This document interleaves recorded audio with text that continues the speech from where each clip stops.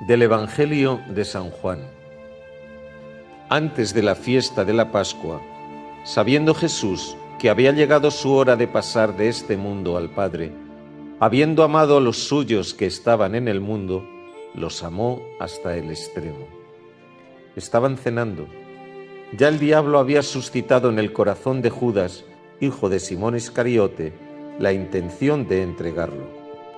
Y Jesús, sabiendo que el Padre había puesto todo en sus manos, que venía de Dios y a Dios volvía, se levanta de la cena, se quita el manto y tomando una toalla se la ciñe. Luego echa agua en la jofaina y se pone a lavarles los pies a los discípulos, secándoselos con la toalla que se había ceñido. Llegó a Simón Pedro y éste le dice: Señor, ¿lavarme tú los pies a mí?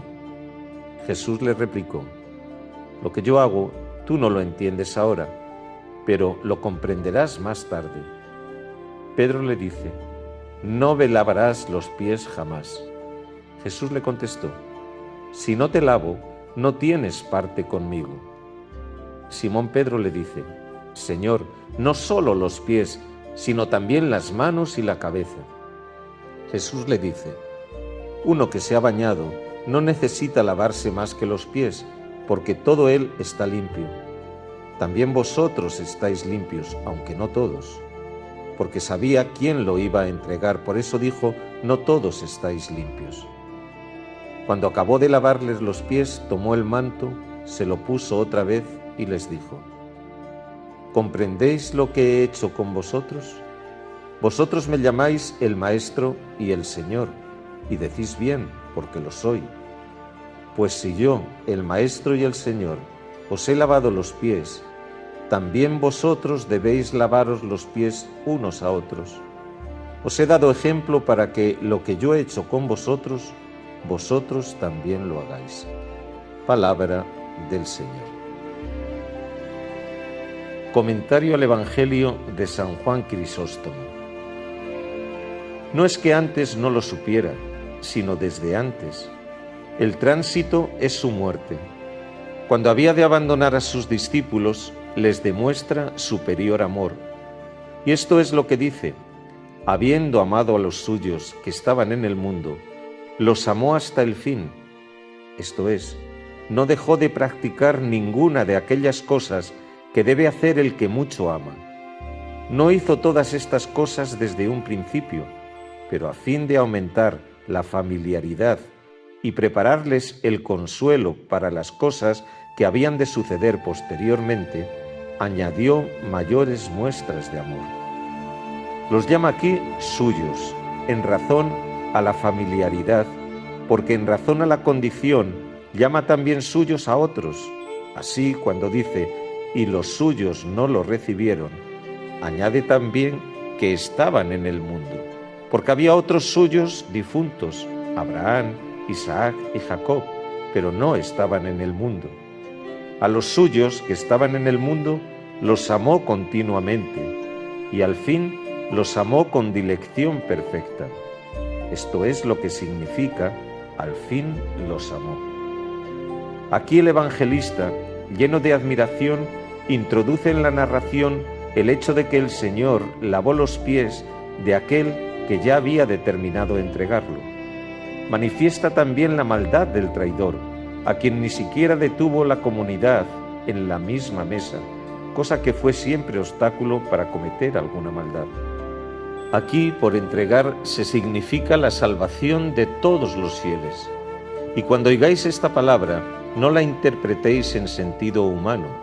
Es aquí la gloria del Padre y su unión con el Hijo, porque así como el Padre le entregó todas las cosas, Él se entregó al Padre. Por eso dijo San Pablo: cuando hubo entregado el reino a Dios y al Padre. Esto era lo digno, supuesto que salió de Dios y a Dios iba, el destruir toda soberbia. Y aquí sigue: se levantó de la cena y depuso las vestiduras, y tomando un paño se ciñó con él. Después echó agua en una jofaina y empezó a lavar los pies de los discípulos y a limpiarlos con el paño que se había ceñido. considérese cuánta humildad manifestó, no solo lavando los pies, sino en otro concepto, porque se levantó no cuando estaban para sentarse, sino cuando ya todos se habían sentado. Además, no solo lavó, sino que dejó sus vestiduras, se ciñó con un paño y llenó la jofaina, y no mandó que otros la llenaran, sino que por sí hizo todas estas operaciones, enseñando con cuánto cuidado debían hacerse todas estas cosas. Y si Pedro estaba en primer término, habrá que decir que el traidor insensato se había colocado antes que él, lo que significó el evangelista diciendo: empezó a lavar los pies, después vino a Pedro. Alguno deseará saber cómo ninguno de los otros se opuso al lavatorio, sino solo Pedro, lo cual era signo no pequeño de amor y de modestia. De esto parece deducirse que antes de Pedro solo fue lavado el traidor, y que después llegó a Pedro, y que por otra parte los demás discípulos quedaron reprendidos en él.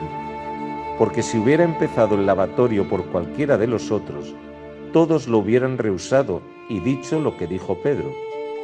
No dijo la razón por la que obraba así, sino que formuló una amenaza, porque de otra manera no se hubiera persuadido. Cuando Pedro oyó "lo sabrás después", no contesta "enséñamelo y te lo permitiré", sino que lo permitió desde el punto en que fue amenazado en lo que más él temía, a saber, ser separado de él. Hasta ahora no ha hablado solo a Pedro, sino a todos, como diciendo: vosotros me llamáis Maestro y Señor. Aquí aduce sus palabras propias y después, para que no crean que se las aplican por favor especial, añade: y decís bien, lo soy en verdad. Toma el ejemplo de cosas mayores para que nosotros obremos en las menores, porque ciertamente Él es el Señor, y nosotros lo haremos con nuestros consiervos, si lo hiciéremos. Por eso añade: os he dado ejemplo para que, así como yo lo he hecho con vosotros, vosotros también lo hagáis.